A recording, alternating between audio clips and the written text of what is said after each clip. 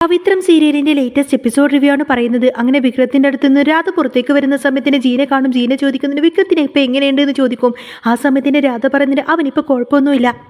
ജീന ചോദിക്കുന്നുണ്ട് ഈ കാര്യം വിക്രം ചേട്ടന്റെ വീട്ടിൽ വിളിച്ച് അറിയിക്കട്ടെ. ഞാനാണെങ്കിൽ വേദനയെ വിളിച്ചിട്ട് ഫോൺ എടുത്തില്ല എന്ന് പറയുന്ന സമയത്തിന് രാധ പറയുന്നുണ്ട് വേണ്ട, ഈ കാര്യം വിക്രമിന്റെ വീട്ടിൽ ആരെയും അറിയിക്കണ്ട, ആരും ഒന്നും അറിയണ്ട എന്നിങ്ങനെ രാധ വാശി പിടിക്കുന്ന സമയത്തിന് ജീന പറയുന്നുണ്ട് രാധേ, നാളെ വിക്രം ചേട്ടന്റെ കല്യാണമാണ്, ആ കാര്യം നീ മറക്കരുത്. അപ്പോൾ രാധ പറയുന്നുണ്ട് അതെ, അതുകൊണ്ട് തന്നെയാണ് ഞാൻ പറഞ്ഞത് നാളത്തെ ഒരു ദിവസം, ആ ഒരേ ഒരു ദിവസത്തേക്കെങ്കിലും എനിക്കൊന്ന് ജയിക്കണം. അന്നേരം ജീജ ചോദിക്കുന്നുണ്ട് എടി രാധേ, നീ എന്തൊക്കെയാണ് ഈ വിളിച്ചു പറയുന്നത്? ശരിക്കും നീ വിക്രം ചേട്ടന്റെ ജീവിതം വെച്ചിട്ടാണ് ഈ കളിക്കുന്നത്. അന്നേരം രാധ ചോദിക്കുന്നുണ്ട് അപ്പോൾ എന്റെ ജീവിതമോ? ഇത്ര കാലം എന്റെ ജീവിതം വെച്ചിട്ടല്ലേ വിക്രം കളിച്ചത്? ഇപ്പൊ ദൈവമായിട്ടാണ് അവൻ എന്റെ മുന്നിലേക്ക് കൊണ്ടുവന്നിരിക്കുന്നത്.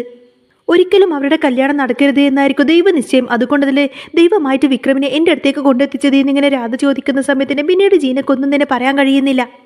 ജീന പറഞ്ഞിട്ട് രാധേ, നീ ഈ കാണിക്കുന്നത് വളരെ വലിയ തെറ്റാണ്. വിക്രം ചേട്ടനെ പ്രതീക്ഷിച്ചുകൊണ്ട് തന്നെ വീട്ടിലൊരു പെൺകുട്ടി ഇരിക്കുന്നുണ്ട്. അന്നേരം രാധക്കങ്ങ് ദേഷ്യം വന്നുകൊണ്ട് തന്നെ ജീനോട് പറയുന്നത് മതി, നിർത്ത്, നീ ഇനി ഒന്നും കൂടുതലായിട്ട് ഇങ്ങോട്ടേക്ക് പറയണ്ട, ഞാൻ പറയുന്നത് മാത്രം നീ അങ്ങ് കേട്ടാ മതി. ഞാൻ എന്തായാലും വീട്ടിൽ വരെ പോവാണ്, വിക്രമുള്ള കന്യമായിട്ട് കൊണ്ടുവരാനാണ്, നീ വരുന്നുണ്ടോ എന്ന് ചോദിക്കുന്ന സമയത്തിന് ജീന പറയുന്നുണ്ട് ഇല്ല, ഞാൻ വരുന്നില്ല, ഞാൻ ഏതായാലും വിക്രം ചേട്ടനെ കണ്ടിട്ട് വരാമെന്നൊക്കെ പറഞ്ഞ് ജീന പോവാൻ നിൽക്കുന്ന സമയത്തിന് രാധ പറയുന്നുണ്ട് അതെ, നീ ഏതായാലും കല്യാണത്തിനെ പറ്റിയിട്ടൊന്നും വിക്രം ചേട്ടനോട് സംസാരിക്കാൻ നിൽക്കണ്ട, ഞാൻ ഏതായാലും ഇപ്പോൾ വരാമെന്നൊക്കെ പറഞ്ഞുകൊണ്ട് രാധ വീട്ടിലേക്ക് പോകുന്നുണ്ട്. ഈ സമയത്തിന് വിക്രമിനെ കാണാൻ വേണ്ടിയിട്ട് ജീന വിക്രമിൻ്റെ അടുത്തേക്ക് വരികയാണ്.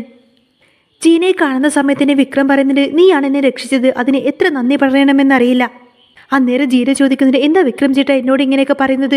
ഞാനും രാധയും ഒത്തിരിയധികം പേടിച്ചു, ഏതായാലും ദൈവമായിട്ടാണ് ഇപ്പോൾ രക്ഷിച്ചത്. ജീനയെ കാണുന്ന സമയത്തിന് വിക്രം പറയുന്നുണ്ട് എൻ്റെ അമ്മ ഇപ്പോൾ എന്നെ കാണാതെ വളരെയധികം വിഷമിക്കുന്നുണ്ടാവും, അപ്പോൾ നീ നിൻ്റെ ഫോണിൽ നിന്ന് എൻ്റെ അമ്മയൊന്ന് വിളിച്ചു തരുമെന്ന് ചോദിക്കും. ഈ സമയത്തായിരിക്കട്ടോ ഇവരുടെ സംസാരം കേട്ടുകൊണ്ട് തന്നെ രാധ അങ്ങോട്ടേക്ക് വരുന്നത്. രാധ വന്ന് പറഞ്ഞിട്ട് എന്നാ ജീനെ നീ പോയിക്കോ, നിനക്ക് ഓട്ടോ ഉള്ളതല്ലേ, കഞ്ഞിയൊക്കെ ഞാൻ വാങ്ങിച്ചു വന്നിട്ടുണ്ട്, നീ ഇങ്ങ് വന്ന് ജീന എന്നൊക്കെ പറഞ്ഞുകൊണ്ട് തന്നെ രാധ ജീനയെ കൂട്ടിക്കൊണ്ട് പുറത്തേക്ക് പോകുന്നുണ്ട്. അങ്ങനെ ജീന ഇങ്ങനെ പിടിച്ചു വലിച്ച് കൊണ്ടുവരുന്ന സമയത്തിന് ജീന ചോദിക്കുന്നുണ്ട് എന്താ രാധ നീ കാണിക്കുന്നതെന്ന് ചോദിക്കുന്ന സമയത്തിന് രാധ പറയുന്നുണ്ട് അതെ, നീ ഏതായാലും വിക്രം ചേട്ടൻ്റെ അടുത്ത് കൂടുതലൊന്നും നിൽക്കണ്ട, നീ ഇവിടെ നിന്ന് അതൊന്നും ശരിയാവില്ല, അതുകൊണ്ട് തന്നെയാണ് നീ വേഗം പോയിക്കോ എന്നൊക്കെ പറയും. എന്നിട്ട് പറയുന്നുണ്ട് അതെ, പിന്നൊരു കാര്യം, വേദിയും വീട്ടുകാരും ഒരിക്കലും വിക്രം ഇവിടെയാണ് എന്ന കാര്യം ഒരിക്കലും അറിയാൻ പാടില്ല. അന്നേരം ജീനക്കങ്ങ് വല്ലാതാവുന്നുണ്ടോ രാധ പറയരുത് എന്ന് പറഞ്ഞത് കൊണ്ട് തന്നെ അവരെ അറിയിക്കാനും പറ്റില്ലല്ലോ. അങ്ങനെ വിഷമത്തോടു കൂടി തന്നെയായിരിക്കും ജീന അവിടെ നിന്നങ്ങ് പോകുന്നത്. അതിനുശേഷം രാധ വിക്രമിൻ്റെ അടുത്തേക്ക് വരുന്ന സമയത്തിന് വിക്രം പറയുന്നത് നാളെയാണ് ആ ദിവസം എന്ന് പറയും. ആ സമയത്തിന് രാധ പറയുന്നത് അതെ, ദൈവത്തിന് ആ ഒരു ബന്ധം ഒട്ടും ഇഷ്ടമില്ലാത്തത് കൊണ്ട് തന്നെയായിരിക്കും ഇന്ന് ഈ രാത്രി ഇങ്ങനെയൊക്കെ സംഭവിച്ചത്. എന്നാൽ രാധയുടെ മറുപടി കേൾക്കുന്ന സമയത്തിന് വിക്രം അങ്ങ് ചിരിക്കുന്നുണ്ടോ. ആ സമയത്തിന് രാധ ചോദിക്കുന്നുണ്ട് അല്ല എന്തിനാ ചിരിക്കുന്നതെന്ന് ചോദിക്കും. അന്നേരം വിക്രം പറയുന്നുണ്ട് ഭഗവാനായിട്ട് തന്നെയല്ലേ അവൾ എൻ്റെ മുന്നിലേക്ക് കൊണ്ടുവന്നത്, ഞാൻ അവളുടെ കഴുത്തിൽ താലി കെട്ടിയതും ആ ദൈവങ്ങൾ ഏതായാലും ഞങ്ങളുടെ കല്യാണം നടക്കാൻ വേണ്ടി ഞങ്ങളുടെ കൂടെ കൂട്ടു നിൽക്കത്തേയുള്ളൂ എന്നിങ്ങനെ വിക്രം പറയുന്നത് കേൾക്കുന്ന സമയത്തിന് രാധക്ക് അങ്ങ് ദേഷ്യം വരും.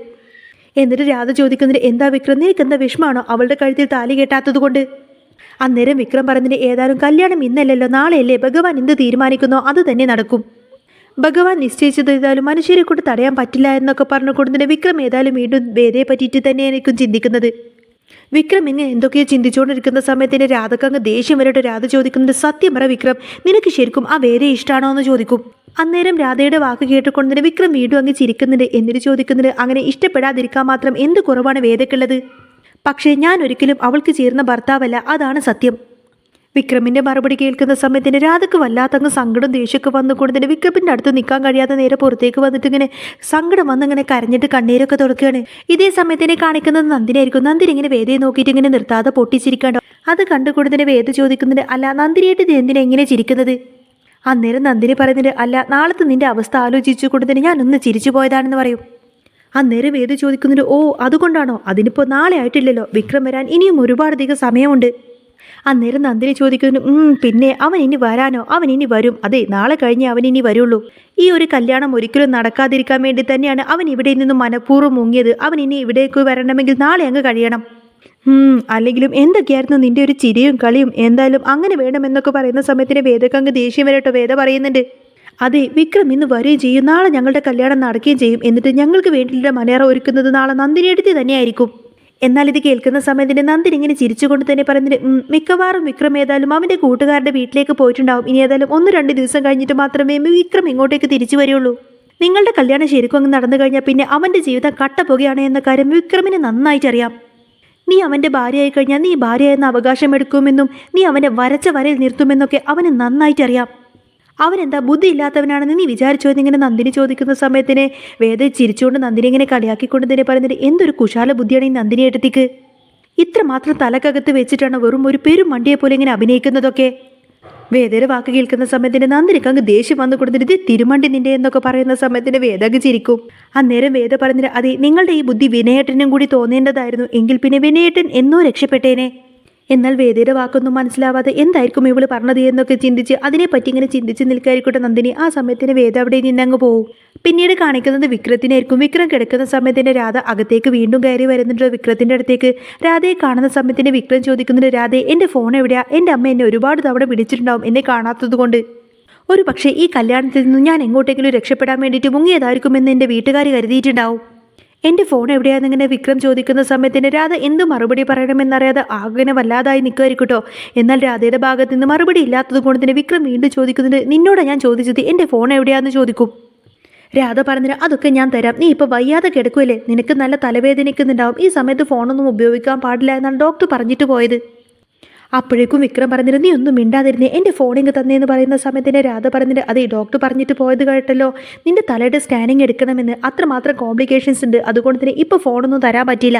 അന്നേരം വിക്രം ചോദിക്കുന്നതിന് സത്യം പറ രാധേ, ഞങ്ങളുടെ കല്യാണം നടക്കാതിരിക്കാൻ വേണ്ടിയിട്ട് എൻ്റെ വീട്ടുകാരൊന്നും ഈ ഒരു കാര്യം അറിയാതിരിക്കാൻ വേണ്ടിയിട്ട് നീ എന്നെ ശരിക്കും ഒളിപ്പിക്കാനുള്ള ശ്രമമാണോ എന്ന് ചോദിക്കാണ്ടോ വിക്രം. എന്നാൽ വിക്രത്തിന്റെ ചോദ്യം കേൾക്കുന്ന സമയത്തിന് രാധ ഒരു നിമിഷം അങ്ങ് ഷോക്കാവുന്നുണ്ട്. എന്നിട്ട് ചോദിക്കുന്നുണ്ട് എന്താ വിക്രം ഇങ്ങനെയൊക്കെ ചോദിക്കുന്നത്, ശരിക്കും ഞാൻ അങ്ങനെയൊക്കെ ചെയ്യുമോ? ഈ അവസ്ഥ ഒരിക്കലും വിക്രമിൻ്റെ അമ്മ ഇപ്പം കാണണ്ടായെന്ന് ഞാൻ കരുതി, അത്രേ ഞാൻ ചിന്തിച്ചിട്ടുള്ളൂ, അല്ലെങ്കിലും വിക്രമിനെ ഞാനാണ് വണ്ടി കൊണ്ടിടിച്ചത്.